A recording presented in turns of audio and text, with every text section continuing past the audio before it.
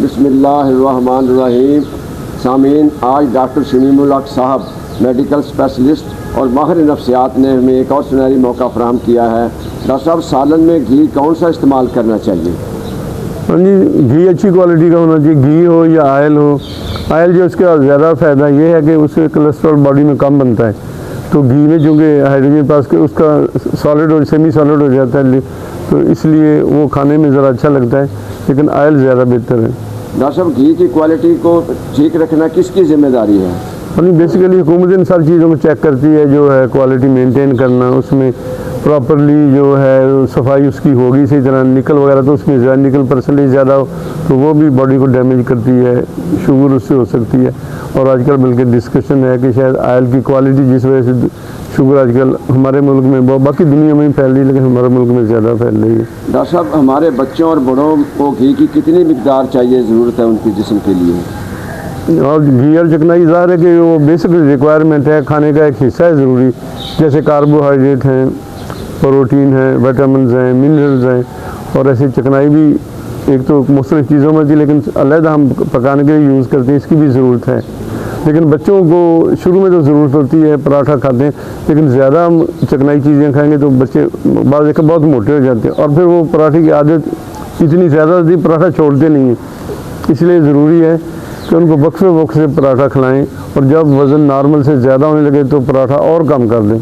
और नौजवानों को भी ऐसे अगर कम है, जैसे कि वज़न कम है, कोई कमज़ोर आदमी है, वो कभी मोटा नहीं होता, कुछ खाता, मतलब कि सेहत बन जाए, तो उसके लिए भी जो अंडर वेट है उनके लिए भी चिकनाई की ज़रूरत है। चिकनाई का एक फ़ायदा ये है कि भूख देर से मिल लगती है, तो पेट भरा रहता है। प्रोटीन ज़रा देर, उसमें ज़रा भूख जल्दी लगती है, और कार्बोहाइड्रेट खाएँ तो उससे भी जल्दी भूख लगती है।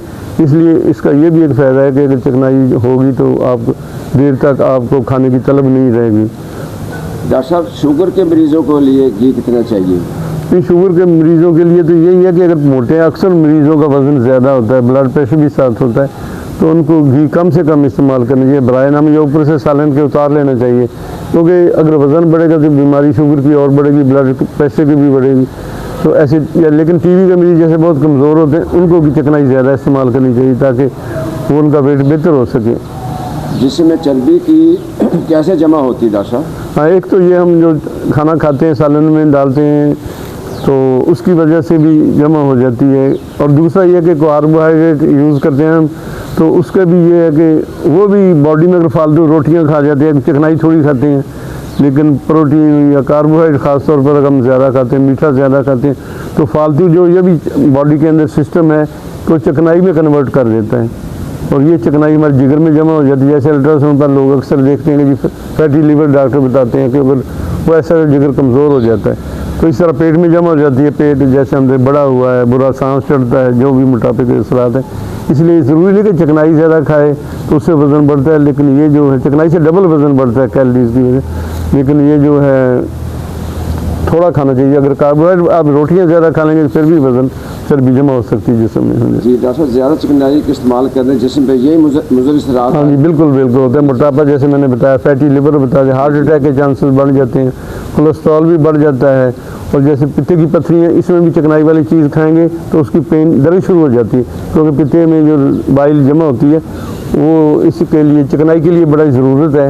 और पिता जब सुकड़ता है चिकनाई वाली चीज़ खाने तो साथ ही पेन शुरू हो जाती है, इसलिए पित्ते वाले मरीज़ को चिकनाई का परहेज़ करते हैं। डॉक्टर साहब, एक सवाल और है, जिसमें चिकनाई किस तरह कम की जा सकती है? हाँ, एक तो ये कि खाना कम खाएं, चिकनाई कम खाएं, रोटी भी कम खाएं, मतलब जो कार्बोहाइड्रेट हैं ये भी कम खाने चाहिए। और दूसरा कि वर्जिश करनी चाहिए, एक्सरसाइज जो है वो बड़ी ज़रूरी है, उससे फिर चिकनाई हल हो के मसल में प्रोटीन की शक्ल में जमा होती है, वरना तो चर्बी की शक्ल में जमा होती रहती है। देसी घी के फ़ायदे क्या हैं डॉक्टर साहब? देसी घी की यही है कि खुशबू बेहतर है, टेस्ट बेहतर है। जैसे हलवा पकाएं देसी घी का आपको हमेशा ही अच्छा होता है, तो दूसरे घी का इतना अच्छा नहीं होता, क्योंकि जो ख़राब घी उससे कई दफ़ा खांसी में आ जाती है, खांसी बार बार लगी। कई दफ़ा हमने देखा सारी दवाइयाँ ले ली, फिर बाद में उसको कहा घी बदल के देखें या आयल बदल के देखें, उसके उसकी खांसी ठीक होती है। तो ये भी ज़हन में रखना चाहिए कि क्वालिटी अगर अच्छी नहीं तो उसमें और बीमारियाँ, और खांसी की स्पेशली जो किसी दवाई से थी उसका घी ज़रूर बदलना चाहिए, क्योंकि ख़राब जो घी आयल है उसमें ओमेगा 6 ज़्यादा होता है, जिससे कोलेस्ट्रॉल तेज़ी से बढ़ता है, हार्ट अटैक के चांस बढ़ जाते हैं। देसी घी के डॉक्टर साहब कैलोरीज कितनी होती है इसमें? कैलोरीज यही है कि जो कार्बोहाइड्रेट की निस्बत अगर दुगनी होती है। मतलब अगर आप दो मतलब कि एक छटांग अगर कार्बोहाइड्रेट खाते हैं तो ये चिकनाई की आधी छटांग की उसमें बहुत है। मतलब उसके लिए आप कह लें 100 मिलीग्राम जो डबल इससे भी होता है, वज़न बढ़ता है। और पानी सिर्फ ऐसी चीज़ से वज़न नहीं बढ़ता, बाकी जो चाय पीते हैं उसमें दूध भी होता है, उसमें चीनी भी होती है, उससे भी वज़न बढ़ता है। तो इसलिए चाय भी ज़्यादा जो पीते हैं उनका भी वज़न बढ़ता है। डॉक्टर साहब बहुत बहुत शुक्रिया, आपने हमेशा हमारी रहनुमाई की है। अल्लाह ताला आपको सलामत रखे और ये इस तरह आप सिलसिला जारी रखें ताकि लोगों को फ़ायदा हो लोगों को। अस्सलाम वालेकुम।